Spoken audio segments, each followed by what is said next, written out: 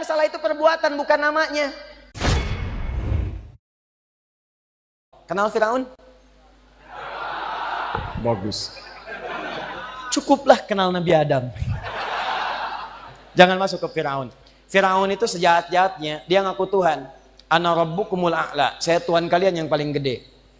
Orang sekarang paling banter ngaku Nabi. Nabi terakhir di Garut namanya Sensen. Sekarang tuh, hampir tiap bulan Jawa Barat ada Nabi baru. Kita agak susah ini.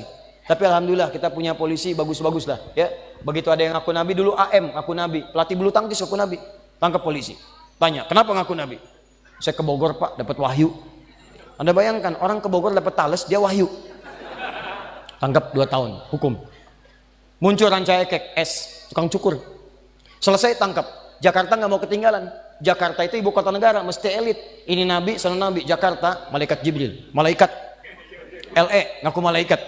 Gubernur dulu, bukan yang sekarang, itu minta izin ke gubernur dulu mendaratkan malaikat Jibril di Monas. LE. Alhamdulillah, tangkap sama polisi kita. Polisi kita luar biasa, jangankan teroris, malaikat tangkap. Ya. Bawa. Selesai. Firaun lebih jahat, ngaku Tuhan, ana rabbukumul a'la. Hobi bunuh orang, bahkan baru lahir disembelih di hadapan ibu yang baru melahirkannya. Quran surah kedua ayat ke-49. Yudzabbihuna abna'akum. Tapi yang paling menarik, tidak pernah disebutkan namanya oleh Quran. Yang dicela perbuatannya. Diutus 2 orang nabi. 1 Musa, 2 Harun. Begitu diutus, datanglah kemudian ke istananya. Diberi pesan langsung oleh Allah. Diabadikan di Quran surah ke-20 ayat 43 sampai 44. Kata Allah, idhaba ila fir'auna innahu tagha. Musa, Harun, pergilah kepada Fir'aun, dia sudah mulai menyimpang. Apakah selesai sampai di situ? Tidak. Kata Allah, lihat kalimatnya. Faqula lahu qawlan layyina la'allahu yatadzakkaru aw yakhsha. Masya Allah. Kata Allah, awas hati-hati.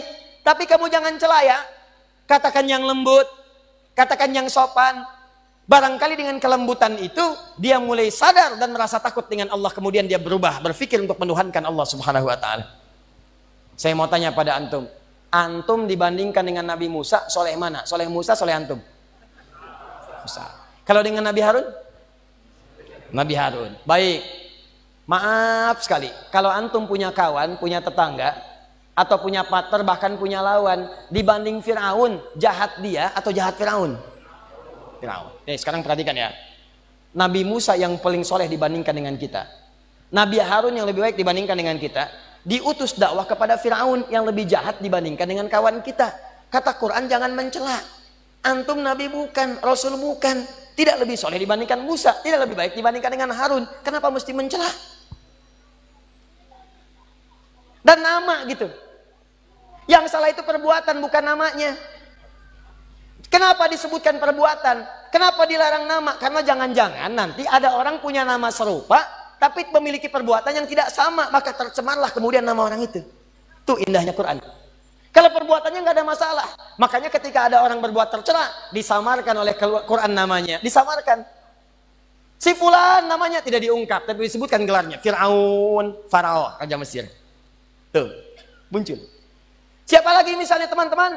Abu Lahab, tabbat yada abi lahabeu. Siapa nama aslinya? Bukan Abu Lahab, tapi disebutkan bagian dari kunyahnya. Untuk menunjukkan bahwa yang salah perbuatannya bukan orangnya. Jelas? Makanya sekarang di dunia kriminalitas pun disebutkan inisial. Ya, AH. Masya Allah. AH.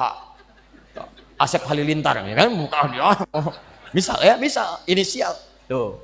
Walaupun sekarang banyak istilah-istilah yang menyingkat. UAH, Ustadz Adi Hidayat. Nggak apa-apa. UAS, Ustadz Abdul Somad. UBN, Ustadz Bakhtiar Nasir. Boleh. Ya. Ustadz Yahya Kusmayanto, Kuya-Kuya. Ya, misal.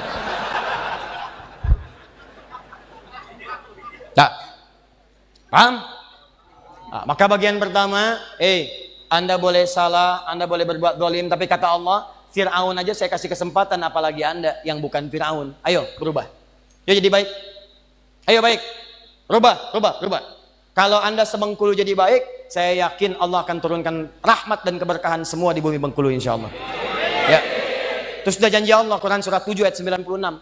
Walau anna ahlal qura. Kalau konteksnya Bengkulu, kalaulah satu penduduk Bengkulu ini semuanya amanu, beriman kepada Allah, wattaqau, tingkatkan takwanya kepada Allah, la fatahna alaihim barakatim minas samai wal ardh. Kami buka semua pintu keberkahan langit dan bumi. Caranya bagaimana? Jangan jauh-jauh. Yuk salat jaga.